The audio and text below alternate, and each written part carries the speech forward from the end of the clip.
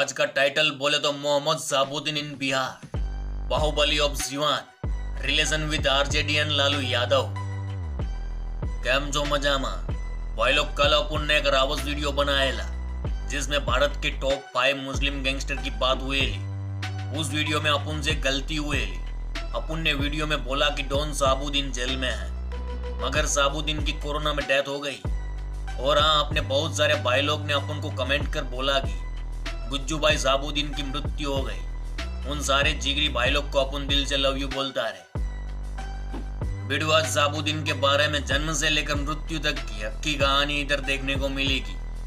भाई लोग, साबुद्दीन की कब्र में लगे पत्थर पर सिर्फ उसका नाम, पैदा होने की तारीख, मरने के दिन और इस बात का जिक्र है कि वह कहाँ के थे। यह कब्र भी अब दिल्ली की तमाम गुमनाम कब्रों की तरह कोने में खड़ी है। बिहार के बाहुबली मोहम्मद साबुद्दीन का देह अब दिल्ली की कब्रगाह का हिस्सा बन चुकी है। भाई लोग, साबुद्दीन था शहंशाह, कैसे तो सुनो बिडू। साल था 2016 का, सितंबर का महीना। जेल से मानो निकला एक जंगल का हाथी, जिसका स्वागत करने 1300 गाड़ियों का काफिला बाहर खड़ा था। काफिला गुजर रहे ला, टोल टैक्स वाले मुंह फाड़ फाड़ के देख रहे ले। भारत के एक बड़े प्रदेश बिहार का सबसे खूंखार अपराधी, 1300 गाड़ियों का काफिला, जिसकी चारों ओर हजारों लोगों की भीड़ और एक ही नारा गूंज रहे ला, वीर साबुद्दीन जय हो साबुद्दीन।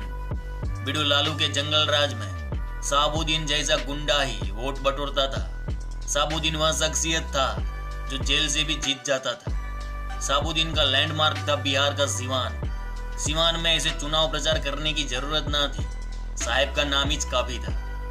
एक दौर था जब साबुद्दीन की फोटो सिवान जिले की हर दुकान पे टंगी होती थी। अब सम्मान में टंगी होती थी या डर से, ये तो सिवान के लोग ही बता सकते हैं। मगर उस दौर में साबुद्दीन की फोटो को सलाम ठोकना जरूरी था। 80 का दौर था, भारतीय राजनीति में तनातनी का माहौल था। वही दौर में बिहार के सिवान जिले में सिविल सर्विसेज टॉपर आमिर जुबानी मुसलमानों के यंग छोकरे लोग के लिए उम्मीदों का चिराग बन के उभरे थे। वहीं नटवरलाल ठग के किस्से भी मशहूर थे। उसी टाइम पे और एक लौंडा अपनी जगह बना रहेला। उसकी बॉडी में जवानी का जुनून गजब का, आंखों में काला सुरमा और कलेजे में 420 के वोल्ट का दौड़ता हुआ लाल खून। नाम था मोहम्मद साबुद्दीन। एक रोज उसका खोपड़ा सटक गया। बीजेपी कार्यकर्ताओं को बिना साबुन पानी का धोपता डाला। इस कांड ने साबुद्दीन को अक्के सिवान में मशहूर कर डाला, जिसके बाद उसका नाम पड़ा साबू AK-47, जिसके चलते साल 1986 में पहली बार साबू AK-47 के खिलाफ सिवान के हुसैनगंज में FIR दर्ज हुई। यह पहला मामला था जब साबुद्दीन के खिलाफ पुलिस थाने में FIR दर्ज हुई।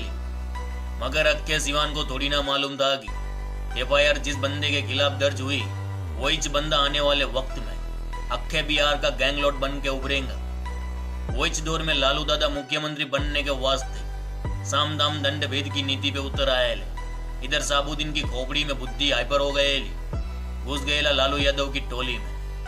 भाई लोग, भारतीय संविधान के हिसाब से विधायक बनने के वास्ते कम से कम 25 की उम्र होनी चाहिए। इधर देखो, साबुद्दीन 23 की उम्र में 1990 में पहली बार विधायक बना, फिर 2 बार विधायक, 4 बार सांसद बना। भाई लोग, आज भी बिहार में साबुद्दीन और लालू की दोस्ती के किस्से मशहूर है। साबुद्दीन कहता प्रदेश में मुख्यमंत्री कोई भी बने, मगर साला अपन के लिए मुख्यमंत्री अपना लालू भाऊ ही रहेगा। और आगे चलकर लालू के राजनीतिक पावर के चलते साबुद्दीन ने अपहरण और कॉन्ट्रैक्ट किलिंग को एक बिजनेस में कन्वर्ट कर डाला। दादा का अपना एक स्टाइल था, आंखों पे ब्लैक गॉगल्स, बॉडी पे सफेद कपड़ा, चलता तो हाथों में भारतीय संविधान लेके चलता और हिंदी उर्दू अंग्रेजी ऐसे बोलता कि सामने वाले को हैंग कर डालता।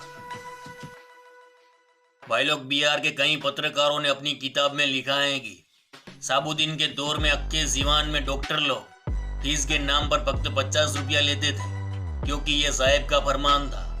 रात के 8 बजे के बाद अक्का सिवान मानो शमशान बन जाता, क्योंकि लोग साहब के डर के मारे अंधेरी रातों को देखना नहीं चाहते थे। सिवान का चाहे कितना भी रईस आदमी क्यों ना हो, महंगी चीजें कभी ना खरीदता, वरना साहब की रडार में आ जाता तो रंगदारी देना फाइनल। बहुत सारे लोग तो ऐसे भी थे जो ये भी ना बताते कि उसकी चिल्लर पार्टी किधर नौकरी कर रहे। तो भाई लोग, लालू दादा के राज में साहिब का जीवन बस ऐसा था। मगर अब अपराध करते करते साहिब इतना आगे निकल चुका था कि सिवान के बेबस और लाचार लोग साहिब की दहलीज पर आने लगे। साहिब के घर दरबार लगने लगा। किसी का घर किसी ने हड़प लिया तो साहिब की अक्की टोली जाती, सामने वाले के काळजे में पित्तल की गोली ठोक देती। भाई लोग, आम लोग तो दूर की बात है, मगर खुद पुलिस वाले भी साहिब के दरबार में जाते थे। साहिब एक घंटी बजाता और उस पुलिस वाले का प्रमोशन हो जाता। यह बात है साल 2001 की। साबुद्दीन ने एक बड़े पुलिस अफसर को थप्पड़ झाड़ दिए। इधर पुलिस वाले का ईगो हट हुए की पुलिस फोर्स निकल पड़ी साहिब के दरबार में डंका बजाने, मगर साला उल्टा हो गया। साबुद्दीन के आदमखोरों की अक्की टोली ने अक्की पुलिस फोर्स के ऊपर AK-47 से धावा बोल दिया। चारों ओर मांसों के चितड़े पड़े थे, खून मानो पानी की तरह बहा। जब गोलीबारी थमी, धुआं हटा तो 8 पुलिस वाले की डेड बॉडी जमीन पर पड़ी थी। इधर साहब को लगा अपन की कोई पुंगी बजाए उससे पहले कल्टी मार लो। दादा भागा डायरेक्ट नेपाल। फिर 1999 में कम्युनिस्ट कार्यकर्ता को उठा लिया, जिसका आज तक कोई अता पता ना है। वही कांड में 2003 में साहब पुलिस के हत्थे चढ़ा, मगर साबुद्दीन ने प्रशासन को ऐसा गोलगप्पा खिलाया कि जेल के नाम पर हॉस्पिटल में रहा, जहां पुलिस से ज्यादा उसके आदमी होते थे, वो भी हथियारों से लैस। 2004 में बिना प्रचार के जेल में रहते हुए लोकसभा का चुनाव लड़ा और जीता भी। ओम प्रकाश यादव उसके खिलाफ खड़े थे। चुनाव खत्म होने के बाद उसके 8 कार्यकर्ताओं को काट डाला। 2005 आते आते बिहार राजनीति में अब नए मोहरे अपने दांव पेच खेल रहे थे, जिसके चलते साबुद्दीन के घर रेड पड़ी, जहां से हथियार, बम, ग्रेनेड मिले जो पाकिस्तानी बनावट के थे। ये भी साबित हुए कि साबुद्दीन का ISI के साथ संबंध है, जिसके कारण उसे जेल जाना पड़ा। 2007 में कम्युनिस्ट पार्टी के वर्कर को ठुकवा दिए। वहीं JNU के छात्र चंद्रशेखर को मरवाया। अब बात करें उस कांड की जिसने साहिब के साम्राज्य को हिलाकर रख डाला। 2004 में साबुद्दीन ने 2 भाइयों को तेजाब से नहलाकर मार डाला, क्योंकि रंगदारी को लेकर साहिब के छोकरे लोग और राजीव के भाइयों के बीच तुत्तू में हो गए। अपने दोनों भाइयों के केस में राजीव एकमात्र गवाह था। 2014 में साबुद्दीन ने उसे भी मरवा दिए। मगर साबुद्दीन पर और भी हत्या के अनगिनत केस थे, जिसके चलते उसे दिल्ली की तिहाड़ में रखा गया। मगर कोरोना आया और साबुद्दीन को ले गया। तो फिर चलो इस गुज्जू भाई का राम राम, मिलते हैं फिर।